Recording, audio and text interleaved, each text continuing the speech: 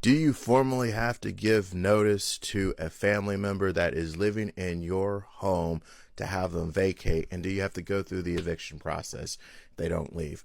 Hi, my name is Rob Wells. I'm the Landlord Warrior on TikTok and YouTube. Please feel free to like, share, and subscribe to our videos.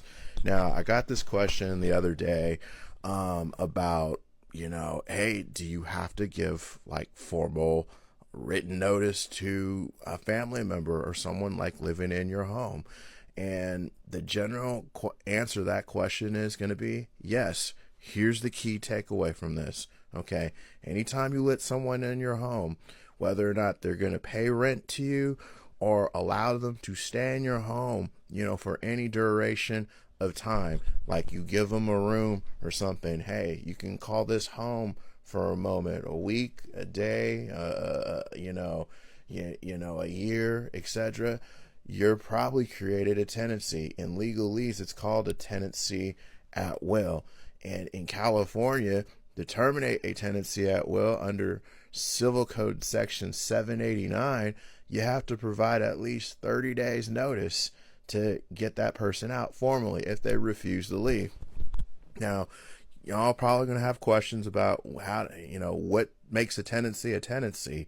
It basically turns to the facts of, did you intend for this person basically to stay in your home, like reside there basically? We're not talking about I invite you over to my house for dinner and then you refuse to leave. I wouldn't have to give you formal notice for that.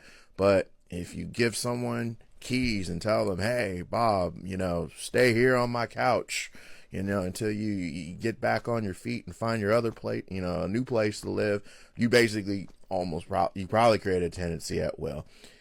Now here's the deal, folks. I know people do this all the time. I did it. I had friends stay with me, and hey, decent people, they leave, right? So best to choose your friends and family members wisely here. But when someone doesn't leave, you need to talk with a landlord's attorney or someone that does this every day for a living, basically, to kind of advise you, because these are highly factual circumstances here, and the rules may vary from place to place where you go. So if you are an owner of property, or even you rent from a landlord, you're what we call a master tenant in a lot of places.